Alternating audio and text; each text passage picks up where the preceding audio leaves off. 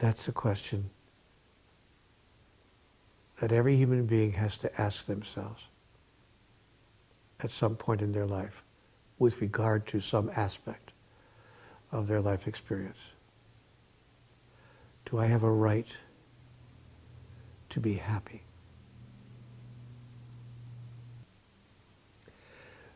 Remember the name of this program. Remember the title that we've given to this course. Your life as God. Opening to the expression of divinity as you. If you are going to experience yourself as that which is divine, as an expression of divinity, you're going to have to claim certain things. You're going to have to claim your happiness, and you're going to have to claim that it's all right for you to claim your happiness. Now, a key question that I'm always asked, and that comes up with regard to this always, is, and I hear this from people at retreats and seminars all the time, do I have a right to be happy if it's going to make someone else unhappy?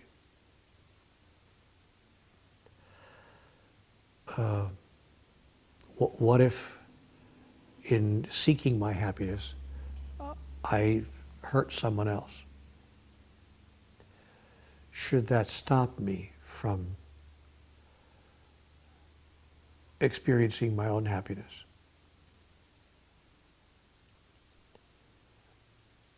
I've explored that question deeply. And I asked God about that. And God made it clear to me that we cannot go through life with blinders pretending that we don't know how something is going to affect another person. It's pretty clear to us, let's be honest. We know when what we're being, doing, or saying, when what we're deciding or choosing is going to make someone else happy, and when it's likely, perhaps highly likely, to make them unhappy.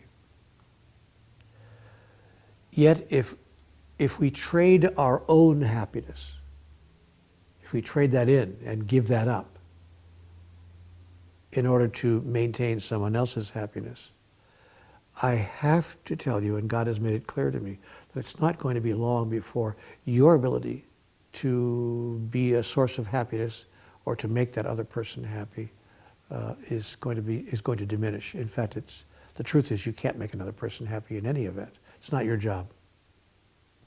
It's not your function in the world to be the source of someone else's happiness, not in the way that people often imagine it, that, you know, I can't live without you, you can't do this to me.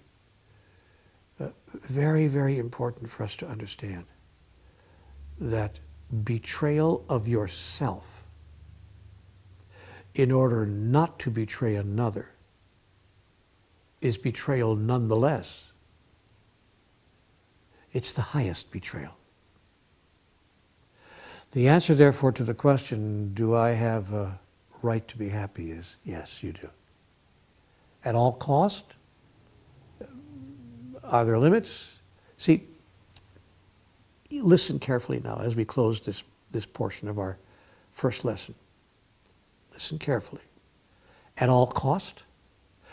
No, not at all cost. But if you go over a certain line, if you go past a certain boundary, if you behave in a way that transgresses and causes another person deep, deep unhappiness, you will not be happy.